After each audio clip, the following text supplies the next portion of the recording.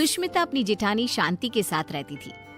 दिखाने को दोनों देवरानी जेठानी एक दूसरे से बहुत प्यार करती थी, लेकिन देवरानी जेठानी के बीच की लड़ाई उन दोनों के अलावा अगर कोई जानता था तो वो थे उनके पति। उन दोनों में हमेशा ही लड़ाई होती रहती थी, कभी खाने को लेकर तो कभी कपड़े को लेकर। ऐसे ही एक दिन सुष्मिता का पति वरुण अपनी पत्नी और अपनी भाभी शांति से कहता है, सुष्मिता भाभी और भैया, मैं सोच रहा था कि इस घर में एक नौकर रख लेते हैं, क्योंकि इस बड़े से घर में मेरी भाभी माँ और मेरी प्यारी पत्नी के अलावा और कोई नहीं रहता। इस घर की सफाई करने में इन दोनों का कितना समय बीत जाता है, ये हमारे लिए खाना कैसे बना पाएंगी।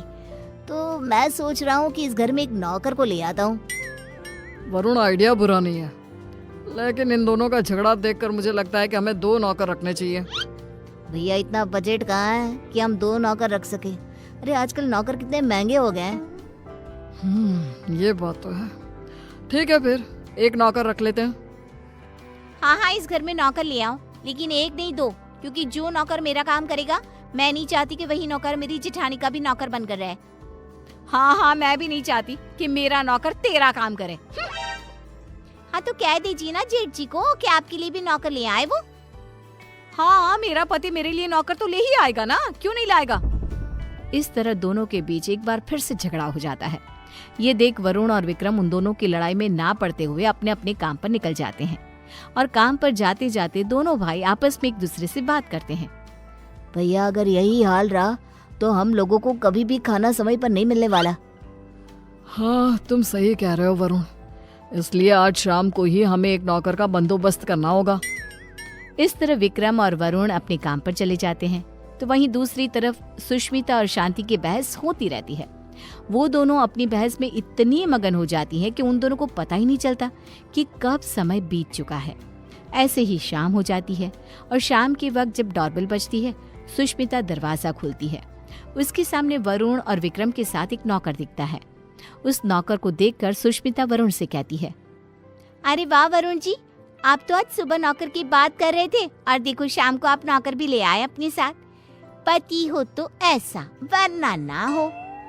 सुष्मिता की बातें सुनकर शांति का गुस्सा 7वें आसमान पर पहुंच जाता है, जिसके बाद वो अपने पति के ऊपर चिल्लाते हुए कहती है, अजी आप क्यों नहीं लेकर आए? आपको दिखाई नहीं देता मैं कितनी थक जाती हूँ। अरे भाग्यवान, इस नौकर को मैं और वरुण हम दोनों ही लाए हैं। श्याम लाल किसी एक की चाकरी नहीं करेगा, बल्कि वो पूरे घर की सेवा करेगा। हाँ भैया, बिल्कुल ठीक कह रहे हैं। श्यामलाल, किचन ऊपर है, जाकर खाना बना दो। ठीक है साहब। श्यामलाल किचन में जा ही रहा था कि तभी शांति उसे रोकते हुए कहती है, अरे श्यामलाल, पहले तुम मेरा और विक्रम जी का खाना बना देना। इन दोनों को क्या है, इन दोनों का आराम से बनाते रहना, क्योंकि ये लेट नाइट्स होते हैं। ठीक है मैम साहब। अरे ऐसे कैसे? श्यामलाल, पहले तुम मेरा खाना बनाओगे। बेचारा श्यामलाल उन दोनों की बात में फंस जाता है। वो सर पर हाथ रखकर बैठ जाता है, क्योंकि उसे समझ में ही नहीं आ रहा था कि पहले किसका खाना बनाया जाए। ये देख अब विक्रम श्यामलाल का समय फिक्स कर देता है और अपने समय अनुसार श्यामलाल अपना काम करता है। कुछ दिन तो घर में शांति का माहौल बना रहता है, लेकिन एक दिन श्यामलाल कपड़े धोने के लिए सुष्मिता के पास जाता है और उसे कहता है, बेन साहब, कपड़े धोने के लिए हैं तो आप मुझे दे दीजिए, मैं अभी आपके कपड़े धो देता हूँ। उसकी बात सुनकर शांति आती है और उसके ऊपर चिल्लाते हुए कहती है, श्यामलाल, तुम पहले मेरे कपड़े धोगे। अगर तुमने मेरे कपड़े नहीं धोए तो मैं तुम्हें नौकरी से निकाल दूंगी। जी, नाम तो आपका शांति है, लेकिन आपके अंदर ना शांति नहीं है बिल्कुल भी। अरे इस समय वो मेरे कपड़े धोएगा। हाँ, श्यामलाल उन दोनों की बातें सुनकर फिर से एक बार फंस जाता है। दुखी होते हुए कहता है, मैम साहब, आप दोनों ही मुझे अपने कपड़े दे दीजिए, मैं एक साथ कपड़े धो दूंगा। नहीं, हमारे कपड़े एक साथ नहीं धुलेंगे। नहीं, हमारे कपड़े एक साथ नहीं धुलेंगे। उनकी बात सुनकर श्यामलाल बेचारा एक बार फिर कंफ्यूज हो जाता है और वहां से मुंह लटकाए नीचे किचन में जाकर काम करने लगता है। ऐसे ही समय बीतने लगता है और एक दिन श्यामलाल शांति के कमरे में कुर्सी पर खड़ा होकर पंखे को रगड़ रगड़ के साफ कर रहा था। ये देख सुष्मिता नौकर के ऊपर चिल्लाते हुए कहती है, श्यामलाल, तुमने आज तक इस तरह से मेरे कमरे की सफाई तो नहीं करी। अरे ऐसी कौन सी मेहरबानी करी है जेठानी जी, जो तुम उनके कमरे की इतने अच्छे से सफाई कर रहे हो। श्यामलाल कुछ बोलता तभी शांति आ जाती है और सुष्मिता को जवाब देते हुए कहती है, देवरानी जी, आप कुछ नहीं बोल सकती क्योंकि अभी आपके कमरे की सफाई का समय नहीं आया है, तो आप मेरे कमरे में आकर अपना लेक्चर मत दो श्यामलाल को। सुष्मिता मुंह बनाते हुए वहां से अपने कमरे में चली जाती है। कुछ समय बाद श्यामलाल सुष्मिता के कमरे की सफाई करने आता है। सुष्मिता श्यामलाल से अपने दरवाजे को भी घिसवाती है और अपने शीशे को भी चमकवाती है। कभी अपने कमरे के फर्श को अच्छे से रगड़वाती है और इस तरह श्यामलाल पूरी तरह से फंस जाता है।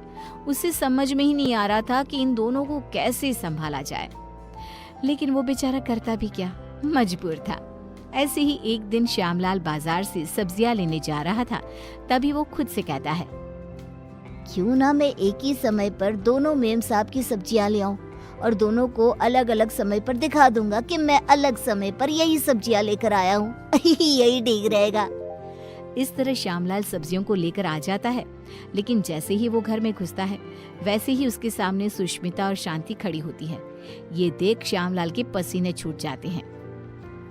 ये देखकर सुष्मिता कहती है, क्यों श्यामलाल, तुम्हारे पसीने क्यों छूट रहे हैं? तुमने कोई गलत काम किया है क्या? श्यामलाल, मैंने कितनी बार मना किया था कि इसके काम के साथ मेरा काम नहीं करना, लेकिन तुमने फिर से वही किया ना जो तुम्हें नहीं करना था। इस तरह दोनों अब श्यामलाल को खरी खोटी सुनाने लगती है और इतना सुनने के बाद कोई नौकर उनके घर में काम कर ले, ऐसा तो हो ही नहीं सकता। इसलिए श्यामलाल ने जवाब देते हुए उन दोनों से कहा, मेम साहब माफ करना, लेकिन मैं आपके घर में और काम नहीं कर सकता क्योंकि एक ही काम दो बार करना बड़ा ही मुश्किल हो जाता है। अरे तो क्या तुम उसके पैसे नहीं ले रहे हो? उसकी ये बात सुनकर बेचारा श्यामलाल चुप हो जाता है और ना चाहते हुए भी उन दोनों का काम करना पड़ता है। अलग अलग समय पर एक ही काम 2 बार करता हुआ खुद को देख वो बहुत परेशान होता रहता है। परेशान होकर विक्रम और वरुण के पास जाता है और कहता है, साहब मैं और काम नहीं कर सकता, यहाँ एक ही काम 2 बार करना पड़ता है। अरे एक काम अगर कोई 2 बार करेगा तो परेशानी हो जाएगा ना, इसलिए मैंने अब ठान लिया है कि इतने कम पैसों में मैं नहीं काम करने वाला। अगर आपको काम करवाना है तो आप किसी दूसरे नौकर को ढूंढ लो। मैं तो यही सलाह देना चाहूंगा कि आप दोनों अपनी अपनी पत्नियों के लिए अलग अलग नौकर रखना, वरना उस बेचारे का भी मेरे जैसा ही हाल हो जाएगा। इतना कहकर श्यामलाल उनकी नौकरी उनको ही सौंप कर चला जाता है। इस तरह बेचारे वरुण और विक्रम परेशान हो जाते हैं।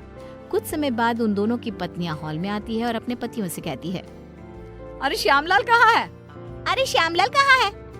दोनों भाई एक दूसरे की तरफ देखते हैं और कहते हैं, वो काम छोड़कर चला गया। तुम दोनों ने उसके नाक में दम कर रखा था। अच्छा, तो हम लोगों ने उसके नाक में दम कर रखा था तो तुमने उसको निकाल दिया ना, तो अब इस घर का काम तुम लोग ही करोगे। हाँ, मेरी देवरानी बिल्कुल सही कह रही है, अब इस पूरे घर का काम तुम लोगों को ही करना होगा। इतना कहकर दोनों देवरानी जिठानी चली जाती हैं। अब बेचारे वरुण और विक्रम दोनों को ही घर का काम करना पड़ता है। घर की सफाई, कपड़े धोते, बर्तन धोते और खाना बनाने के बाद बेचारे दोनों ऑफिस जाते।